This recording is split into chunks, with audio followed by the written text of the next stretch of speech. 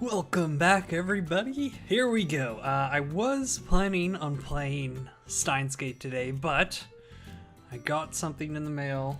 It's my new game that I've been waiting for a while, and we're gonna play that as soon as I can. So what I'm gonna do is we're gonna finish up this. We got 2 more months after this one. We're gonna finish up this game, and then it's gonna be Steins Gate and the other game that shall remain unnamed for now. We're gonna do that, hopefully. I don't know how good the other game's gonna be. I've never played it before, but I've heard good things about it. So what are we doing today? Yes, the concert. So we're gonna be watching this from, I think her name's Akis. We don't know anything about her really, other than she's a good timekeeper. So let's see. With the first week of September came plenty of latecomers as expected, but the ranks have thinned a bit by now. I'm sure most were only late because they hadn't adjusted back to their school schedules after summer vacation. Once they get back on track, fewer people come late. Makes sense. And the school festival starts tomorrow. I'm sure everyone has been fully taxed preparing for it since the week began.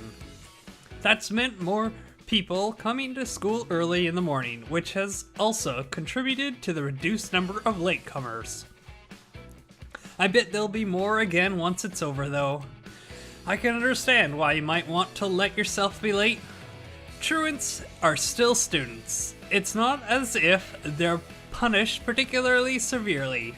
At worst, they're obligated to attend some remedial classes over their breaks. But don't they understand that those few minutes they gain being late are lost to remedial classes? Don't they understand what a waste of time that is? I know that thinking this way makes others see me as rigid,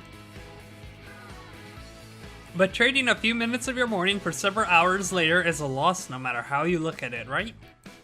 Well, I'm sure anyone would understand that if it were explained to them, and I suppose putting a punctual lifestyle into practice requires a certain set of skills. Oh, I looked down at my watch when I saw her coming up to Camellia Lane. It was exactly the time I expected to see her. There were still 15 minutes before the drum would sound. She walked sluggishly over, stifling a yawn and still looking very sleepy. At that pace, I bet she left her house about half hour earlier. Yuka losing the fight to keep it in. She opened her mouth wide in a yawn. Have you realized why time management is important? Since the beginning of September, Yuka hasn't been late even once. She does look incredibly tired every day, though. There were 2 times she had to rush in just before the drums, but other than that, she's come through their gate around this time every day. I suppose the makeup classes did the trick. No, Yuka's not the type to reflect on her actions based on how harsh the punishment was. In which case, I had the chance to talk to her several times over the course of the classes. We talked about all sorts of things, and in those conversations I expressed my sense of values regarding punctuality several times. She didn't seem terribly impressed, but I think she understood where I was coming from. I wonder if she stopped being late in an effort to respect my views. If so, I'm glad. I didn't want to push my way of thinking onto Yuka or anything. The topic just came up in our conversations. But if that struck a chord with her, I'm glad. I am rather fond of her. Morning, Akis. Yeah, morning, Yuka. Yuka stumbled through the gate and passed by me at a sleepy pace. I was on duty, so we couldn't converse much. We just exchanged greetings like this. I bet she's headed for the entrance hall, still dragging her feet. I can't see her looking out past the main gate, but I can imagine it. I won't tell her to shape up, and I don't think she should either. It's up to Yuka what she does with the time she spends not being late. She's probably at the building now. I bet she's still rubbing her sleepy eyes. Maybe she's yawning again. It's fun for me just imagining her like that. She really is quite the intriguing friend. Yuka, the final day of summer classes.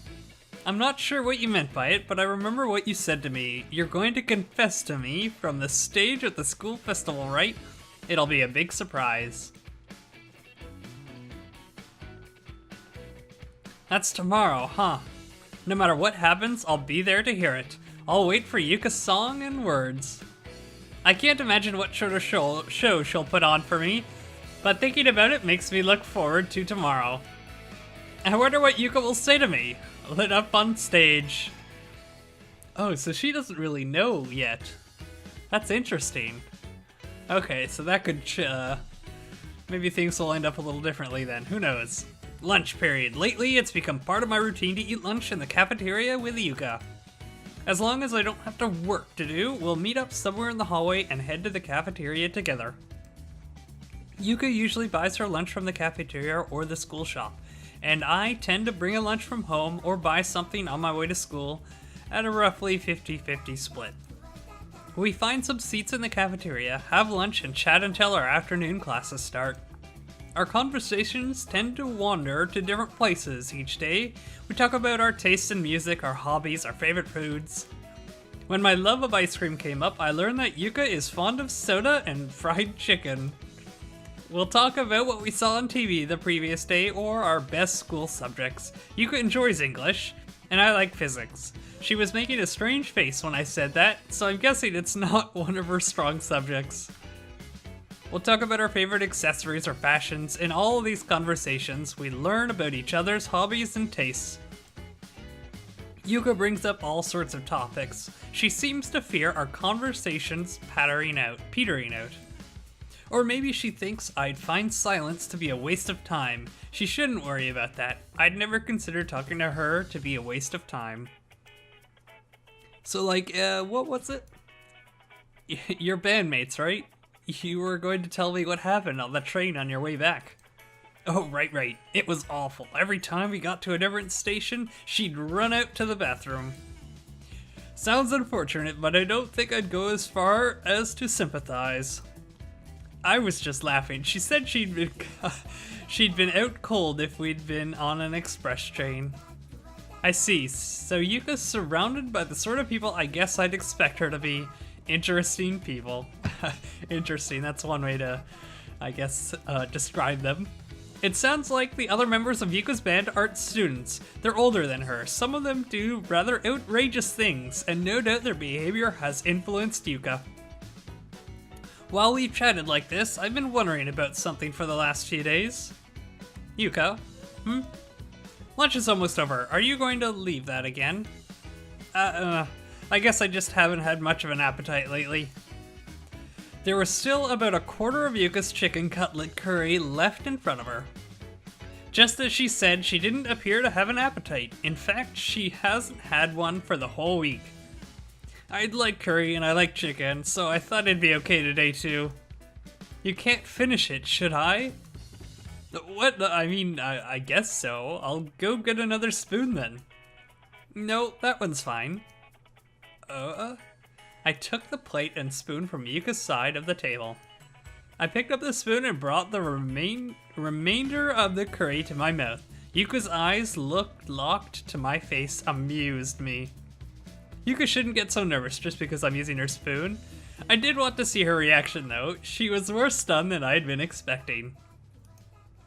It's good I'd never had the cafeteria curry before. Yeah.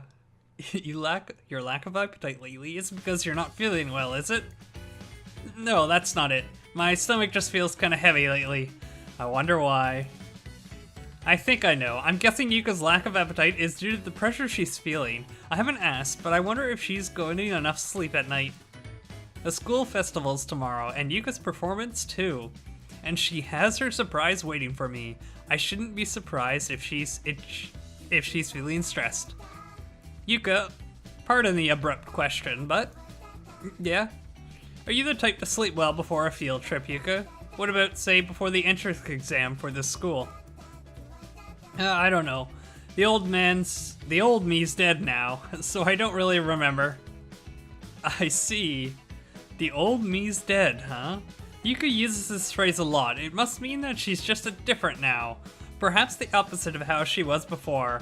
I can imagine that much. I bet I could find out by asking Yuna, who went to the same middle school as her, but I suppose I won't. I'll hope that Yuka will tell me herself one day. I changed when I meant rock and roll. I've heard something to that effect several times now, and I imagine she did. Rock must have suited Yuka almost too much, I'm sure. It's become a crucial component of herself. The aggression of the rock must be the source of her cheerful drive. And I do think Yuka's got drive. I bet her rock's behind things like how assertive she asked to be my friend. Though it looks like her nerves and the pressure she's under are things so great that can't simply break through them with the power of rock alone. Before taking bold action, she's feeling excess stress. That's the situation Yuka is in now. I wonder if she'll manage to confess to me up on stage tomorrow. The weight she's feeling right now must be extraordinary for her. From what I've seen so far, I'd give her a 50-50 chance. The whole thing could end without her doing anything. She may not be able to accomplish this confession of hers, but she may pull it off. I still don't know the true potential of her will at the 11th hour. I'm looking forward to it. I'm excited. And what about Yuka and what Yuka will say to me about what oh my god, we're gonna start this sentence over. About what Yuka will say to me up on stage tomorrow. And about how I'll answer her. Will I be moved or will I burst out laughing? Will I run away in embarrassment? I don't know. I'm very interested to find out because of that. Not knowing is why I'm so excited. Yuka? Yeah? Good luck tomorrow. Yeah, leave it to me. That was not the Yuka we know. That wasn't very confident. She really must be under incredible pressure, and I probably contributed to it with those words. But really, good luck. I want to see you tomorrow, Yuka, and I want to see myself tomorrow too.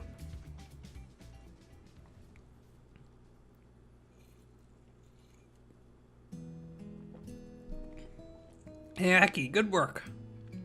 Yuka? I'd finally finished everything I had to do today and was just leaving the main gate. Yuka had been waiting for me there. What are you doing here so late? Ah well, I was waiting for you. For me? Yuka isn't in any clubs. I'm fairly certain I checked the time on my watch. It was almost 6. Classes ended early today to give people time to finish preparing for the festival. Did she wait almost 5 hours for me?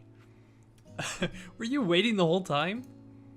Nah, I've got my show, you know. I was rehearsing. I don't even have 5 minutes up there, you know, but I still have to sit there the whole time with everybody else using it. It was such a drag. I see, that must have been tough. It's sort of a question.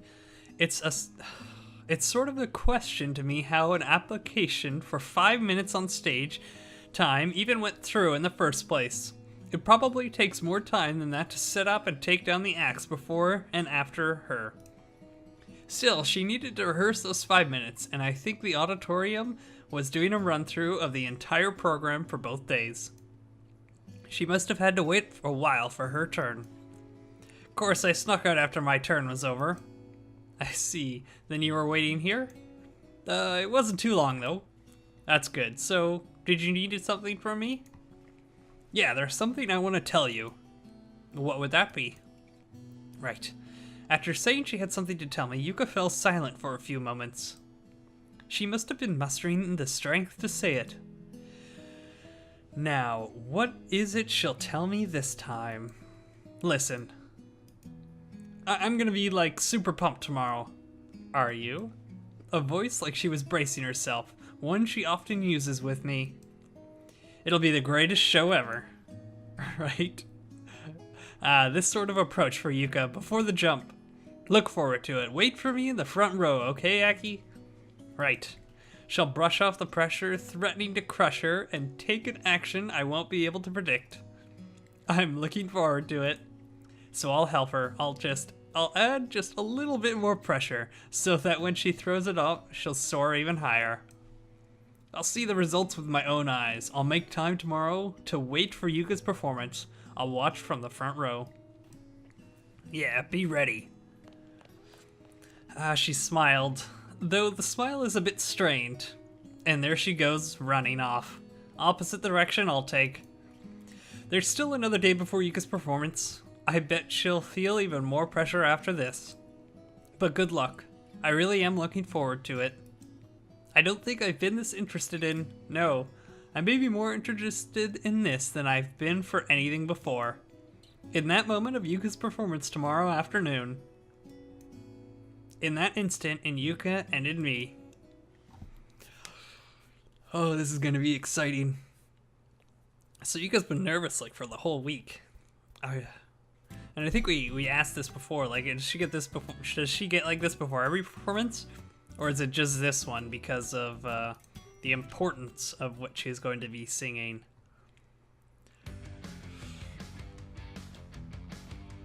Here we go. I looked at my watch. I still got another 5 minutes or so. I'm glad the front row seats were open from the stage program. Yuka's performance seemed to be squished between the drama club and the brass band. It was probably set there initially, aiming for a spot when the audience would be switching out. The seat I'd found was at the front of the stage. It may not have been the best spot acoustically, but in terms of seeing Yuka perform, it was the best seat in the house.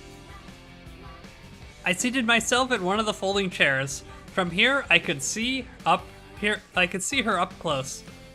And I wouldn't want to miss any one of her words. The drama club's performance must have just ended. They were running around the stage, frantically hauling away all the painted backdrops and things. Preparing for Yuka's performance, I'd guess. Big speakers were being carried in. Around me, people were leaving seats or finding them. The audience was changing up. I'd like for as many people as possible to see Yuka's moment of glory, but at the same time, I knew that this concert Yuka was putting on was for me alone. Maybe I was conceited to think that, but Yuka had definitely told me so. That she would sing a song of love just for one person, for me. That she would make it a great show. She said so on the last day of summer classes, and yesterday as well. I don't know if she'd forgotten that it was supposed to be a surprise, or if she just wasn't thinking about it. Still, she seems to really want to surprise me. That much comes through. That's why I've been holding my tongue and waiting for today. The curtains had dropped at some point. I checked my watch. It's less than a minute now. I'm pretty confident in my ability to estimate the time, and I thought I was paying attention to the stage and my surroundings. But I guess I lost track of everything but Yuka. So much so that I hadn't realized what's been happening on the stage. I can't believe I'm so excited to not even notice that. I think I'm nervous too. I'm trying to be ready so that I don't miss a single moment of Yuka's performance. So that I don't miss a word of her song, her speech. Now the curtains are about to rise. They should be, but they remain stubbornly lowered. I wonder if there's some trouble occurring. I don't think they're particularly ahead of schedule. They shouldn't be delaying like this if they don't need to. Even at a time like this, Yuka's running late. Even though she hasn't been late in the morning once yet in September. That's very like Yuka too. I wonder if she still doesn't have the courage to appear on stage.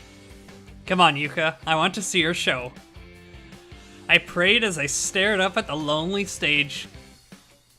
There's some movement behind the curtain. Someone's there, finally.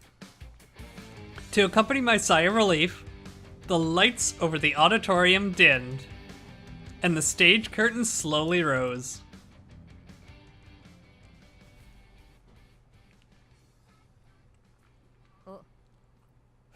Finally. It looks like Yuka's show will start safely after all. I'm relieved just knowing that. There's Yuka walking to the center of the stage, and two people behind her? It's too dark to really see. Now, what will she do? Sing a song? Is she a good singer? I haven't heard her sing, so I have no idea. Apparently Yuka's band CDs are top secret, so I haven't been able to get her to lend me one. I think she said that'll just be something else to look forward to. That's how much energy she's putting into this performance, but I'm still a little worried. Yuka usually acts very cheerful. but I think sometimes it's just something she does to give herself some momentum. I met Yuka several times over summer vacation outside of the camp, and more than a few times she appeared timid, overly cautious. She seems like she could be the type to lose her nerve at the last minute. I think Yuka's cheerfulness is her way of trying to break through that timid part of her. I hope that weak part of Yuka doesn't come out on stage now. Her cheerfulness and her timidness are both interesting parts of Yuka, so I don't mind them. But I don't want her to lose her nerve and make this a concert a failure. Yet.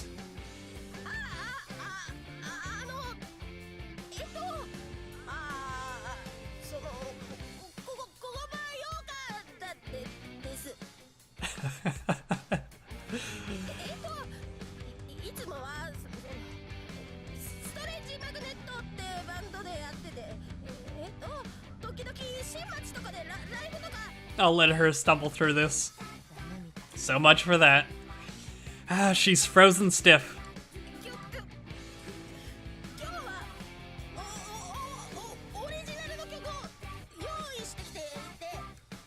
I doubt she'll be able to sing anything like this. I could hear muffled laughter from several different seats around me. This is a little unpleasant. Yuka always does her very best. That's not getting through is unfortunate. You can do this, Yuka. You promised to give me a great show, didn't you? I'm really looking forward to hearing that sort of song you'll sing. And I want to know what you're trying to convey to me. I can't say anything to her. All I can do is watch with all my anticipation in my gaze. Yuka. Did our eyes meet there? Was it my imagination?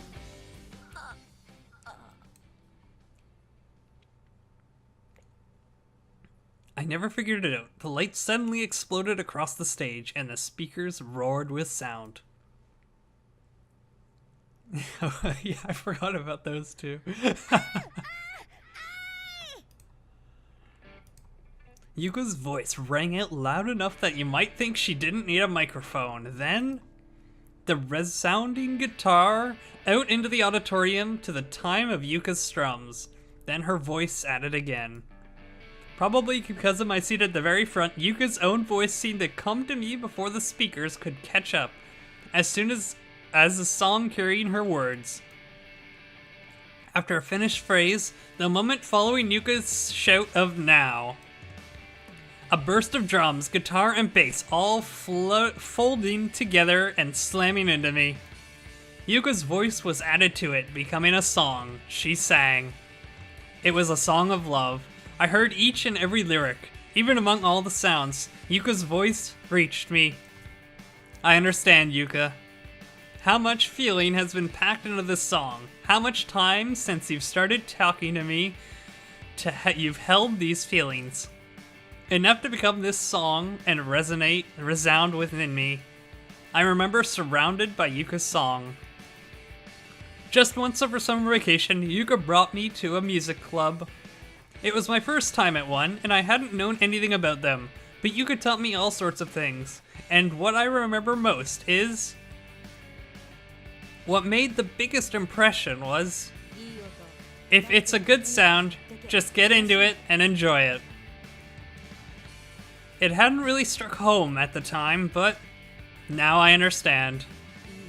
You're making a good sound, Yuka. I stood because I couldn't stay seated. My pulses firing like the rhythm of the drumbeat pouring from the speakers. I don't care if it's just me, I just want to stand. I want to tell her that her voice is reaching me. The song Yuka's singing up until the final chord, I want to accept it. Because this is Yuka's song for me. Her voice. I want to hear it out to the end. This is a song of love. Yuka's singing her feelings, but they resonate with mine. I hear Yuka. I want to shout it out.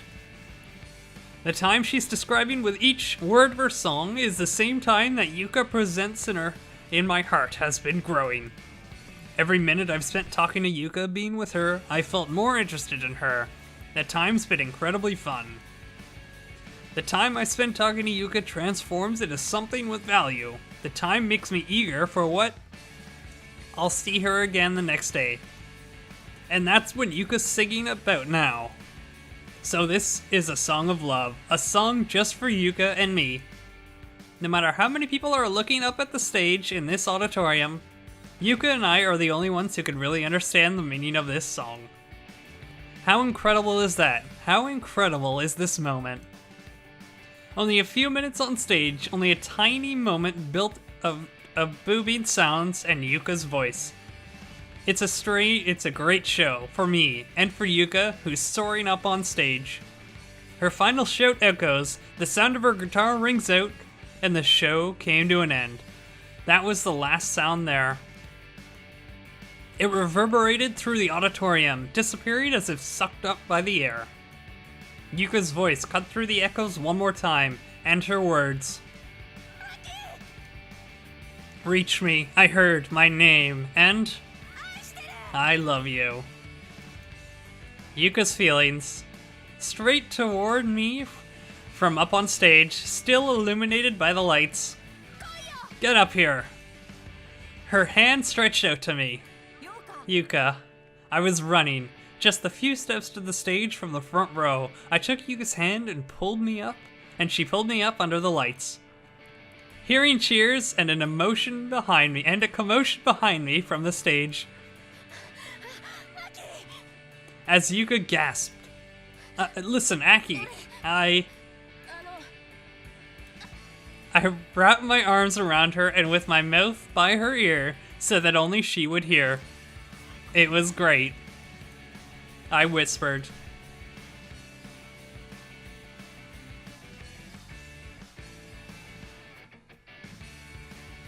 Oh, wow. I guess we missed this. Okay. And I pressed my lips to hers. I didn't care that we were under the lights, or that it was in the middle of the school festival, or that everyone in the auditorium was watching us. I just wanted to let Yuka know, after she gave me the greatest song. I love you. Our lips didn't part until the curtain had come all the way down. Those were the strongest feelings I'd ever experienced in my life. The song, the rock, the applause, the cheers, the kiss, even after the lights had come on, even after we'd been chased off the stage by stage planners. My heart never stopped pounding.